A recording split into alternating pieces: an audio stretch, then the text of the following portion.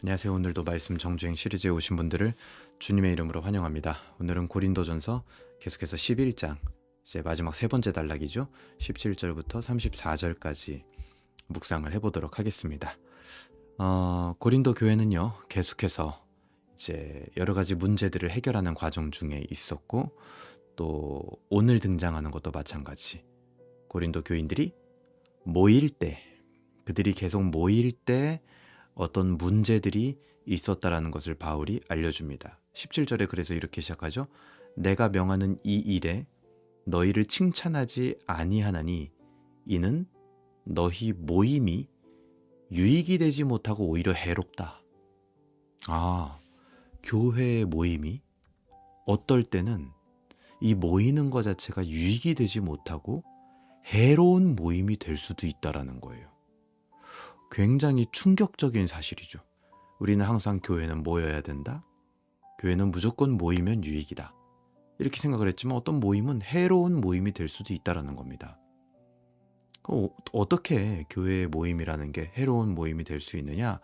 오늘 이제 본문에서 나타나는 핵심 문제가 이제 성만찬의 문제예요.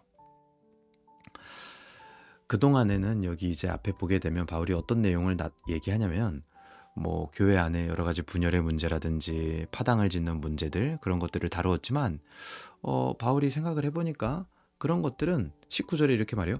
너희 중에 파당이 있어야 너희 중에 옳다 인정함을 받은 자들이 나타나게 될 것이다. 이게 무슨 말이냐면요. 이 파를 나누는 것, 편을 나누는 것도 때로는 보니까 교회 안에 있어야지만 올바른 사람들이 드러나는 장치가 될 수도 있다라는 거예요. 예를 들어서 교회는 어떤 편이 돼야 될까요? 말씀대로 살려는 편, 복음의 가치를 지키는 편, 그런 편은 필요한 겁니다. 그런데 오늘의 핵심 문제는 그 정도 문제가 아니었다라는 거예요. 그 정도 문제면 그런 것들은 때로는 보니까 필요한 것 같기도 해. 그런데 오늘 문제는 그런 문제가 아니에요. 성만찬의 문제는 그것보다 훨씬 더 심각한 문제였다라는 거죠. 구체적으로 어떤 문제가 일어나느냐 보면 21절입니다. 20절부터 볼게요. 그런즉 너희가 함께 모여서 주의 만찬을 먹을 수가 없으니 이는 먹을 때 각각 자기의 만찬을 먼저 갖다 먹으므로 어떤 사람은 시장하고 어떤 사람은 취함이라. 이제 교회이기 때문에 함께 모여서 주의 만찬을 떼는 일들이 적어도 매주 주일마다 있었겠죠. 그런데 그 모임에서 함께 만찬을 나누었어야 되는 겁니다. 그런데 무슨 일이 있었냐면 먼저 온 사람들이 당연히 먼저 음식을 먹게 됐는데, 쉽게 말해서 그 먼저 온 사람들이 음식을 먼저 먹으면서 배고파가지고 음식과 포도주를 다 먹어버렸다라는 거예요. 그러고 나니까 나중에 온 사람들이 있었겠죠? 그 사람들이 22절에 나와요. 너희가 먹고 마실 집이 없느냐? 너희가 하나님의 교회를 업신여기고 빈궁한 자들을 부끄럽게 하느냐? 내가 너희에게 무슨 말을 하랴? 너희를 칭찬하랴? 이것으로 칭찬하지 않는다. 고린도 교회의 성도들 중에는 바울이 말하는 것처럼 이런 빈궁한 자들이 있었습니다. 이런 사람들은 대부분 주일에도 일을 해야 됐던 사람들이죠. 예를 들어서 주인을 모시는 종이라든지. 그런 사람들은 당연히 주일날 만찬 모임에 제 시간에 올 수 없었을 거예요. 그러니까 예배 시간에 제 시간에 오기가 어려웠던 거죠. 왜냐하면 주인을 섬기고 와야 되니까, 일을 하고 와야 되니까요. 그럼 반대로 아까 앞에서 말했던 대로 먼저 모여서 만찬을 다 먹어치워버린 그런 사람들은 어떤 사람들이었을까요? 아무래도 좀 여유가 있었던 사람들이겠죠. 그런데 먼저 온 사람들이 만찬을 자기들이 배고프다는 이유로 다 먹어버리니까 뒤늦게 이제 일 마치고 온 빈궁한 사람들이 교회 모임에 왔을 때 먹을 게 있었을까요? 만찬에 참여할 게 남아 있었을까요? 없었겠죠. 물론 그들이 음식을 먹으러 단순히 온 것은 아니지만 만찬에 참여할 수도 없었고 식사에 참여할 수도 없는 상황이 발생을 했다라는 겁니다. 특히 이 초대교회 당시 성만찬이라는 것은 지금의 애찬 식사와 같은 느낌이 있었어요. 그래서 우리처럼 이제 어떤 예식이 딱 정해져 있다라는 느낌보다는 그냥 같이 자유롭게 식사를 하는 중에 성만찬을 함께 뗐다라는 거죠. 그러니까 이런 일도 벌어질 수 있는 겁니다. 아니 그런 상황이 됐을 때, 그러니까 성만찬을 뗄 수 없는 상황이 됐을 때, 음식이 남아있지 않았을 때 늦게 온 사람들이 그러니까 얼마나 뻘쭘하고 민망했을까요? 그래서 그거를 바울이 22절과 같이 방금 읽었던 말씀과 같이 책망을 하는 겁니다. 교회를 업신여기고 빈궁한 자들을 부끄럽게 하냐? 이걸로 칭찬 절대 할 수가 없다. 단순히 성만찬을 했다는 걸로 칭찬할 수가 없다라는 거예요. 이런 일이 함께 있었기 때문에. 쭉 내려와서 31절 볼까요? 우리가 우리를 살폈으면 판단을 받지 아니하려니와. 이게 무슨 말이냐면 너희들 스스로 볼 때는 이 일은 무슨 판단받을 만한 그런 일이나 별거 아닌 일처럼 보일 수도 있겠지만 그렇지 않다라는 거예요. 이 성만찬이라는 것은 위에서 쭉 나온 대로 주님께서 직접 제정하신 주님의 살과 피를 기념하는 것이었기 때문에 누군가가 이 성만찬에 참여하지 못하게 된다는 것은 단순히 식사를 못하게 되는 것 이상의 의미가 있다는 겁니다. 그러니까 그건요, 굉장히 분별력 없는 공동체의 부끄러운 모습이었다는 거예요. 그래서 결론이 뭡니까? 33절. 그런즉 내 형제들아 먹으러 모일 때 서로 기다리라. 이게 결론이에요. 정 배고프면 34절. 만일 누구든지 시장하거든 집에서 먹고 와라. 중요한 것은 너희 교회와 예배의 모임이 이런 현상들 때문에, 이런 일들 때문에 되려 심판받는 모임이 되는 일이 없도록 해라. 여기 이렇게 나오죠. 너희의 모임이 판단받는 모임이 되지 않게 하려 함이라. 여러분, 예배와 교회의 모임은 좋은 겁니다. 교회로 모인다는 건 감사한 일이에요. 그런데 그것이 오늘 본문과 같이 서로 배려하는 마음 없이는 부끄러운 모임이 되고 해로운 모임이 될 수도 있는 겁니다. 오히려 이 세상의 어떤 모임보다도 더 심판받을 만한 모임이 될 수도 있는 거예요. 왜요? 주의 이름으로 모였잖아요.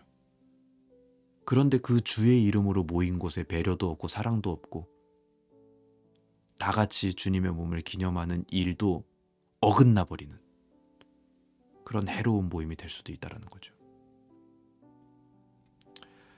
다 함께 은혜에 동참하려는 은혜 공동체의 의식이 없다면 그것은 그저 세상의 동호회나 소모임과 다를 바가 없을 겁니다. 교회는요, 그 점이 다른 거예요. 서로가 은혜에 동참할 수 있도록 힘쓰고 배려하는 은혜 공동체가 돼야 됩니다. 교회에서 위로하고 같이 밥도 먹고 같이 교제하고 웃고 소식을 나누고 그런 일도 중요해요. 근데 하지만 제일 중요한 건 같이 은혜에 동참할 수 있는 은혜 공동체가 돼야 돼요. 왜냐하면 나머지 것들은요, 동호회나 소모임에서도 할 수 있는 거예요. 근데 하지만 그곳에서 못하는 게 뭡니까? 은혜에 동참할 수 있도록 하는 일. 그런 은혜 공동체가 돼야 됩니다. 형제 자매가 이 주의 은혜에 동참하고 있는지, 은혜는 받고 있는지, 말씀과 기도에 어려움은 없는지, 그런 건 아무 관심 없고 그저 나만 배부르고 나만 은혜 받고 나만 위로받는 것만이 이 공동체로 모인 사람들의 주된 목적이 된다면 그것은 정확하게 얘기하면 고린도 교회와 같은 연약한 공동체의 모습이라는 거예요. 오늘날 현대사회가 되어 갈수록 점점점 가족의 단위도 줄어들고 가족의 인원도 줄어들고 축소사회가 되어져 가고 있죠. 그래서 교회가 그 영향을 받습니다. 교회에서 은혜 받는 모습도 지극히 개인적이에요. 어떤 활동도 굉장히 개인적인 활동들을 많이 합니다. 물론 그런 것들이 안 좋다는 건 아니에요. 근데 하지만 너무나 내 개인과 하나님과의 관계에만 몰두돼 있다라는 거예요. 하지만 교회의 기본 속성은 뭡니까? 은혜 공동체. 그 모습으로 나아가야 됩니다.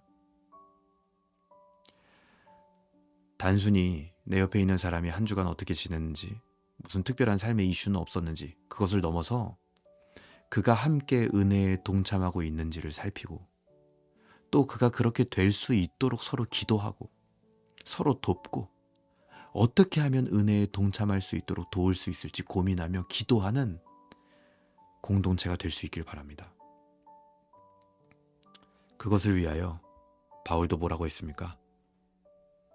배고프면 차라리 집에서 먹고 와라 라고 얘기한 것처럼, 내가 형제자매에 함께 은혜 받는 것을 신경도 못 쓸 정도로 어떤 것에 함몰되어져 있다면, 그런 부차적인 문제들은요, 서로를 위해서라도, 우리 공동체의 성장을 위해서라도, 은혜 공동체로 나아가기 위해서라도 그런 것들이 우선순위가 되지 않도록 우리는 다 같이 노력해야 될 겁니다. 바울은 고린도 교회가 그렇게 성만찬에 다 함께 참여하는, 은혜로 하나 되어지는 그런 교회가 되도록 권면하고 있는 겁니다. 자, 기도하겠습니다. 하나님 아버지, 감사합니다. 오늘 고린도전서 11장 말씀 통하여서 우리 개인이 은혜를 받고 성만찬에 참여하는 것도 중요하지만, 공동체가 은혜의 공동체로 나아가고 있는지 다시 한번 돌아보게 됩니다. 내 옆에 있는 형제 자매가 은혜에 동참하고 또 은혜를 받고 있는지, 또 그가 은혜에 동참할 수 있도록 내가 무엇을 도울 수 있을지, 그것을 함께 기도하는 그런 은혜를 향하여 나아가는, 다 함께 은혜 받기에 힘쓰는 공동체가 되도록 은혜를 베풀어 주시고, 오늘 이 묵상을 듣는 내가 바로 그 시작점이 될 수 있도록 인도하여 주시옵소서.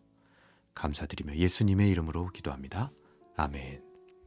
네, 감사합니다. 오늘도 같이 묵상할 수 있어서 너무나 감사했고요. 하나님께 영광 돌리며 하나님을 즐거워하는 하루 되시길 바랍니다. 감사합니다.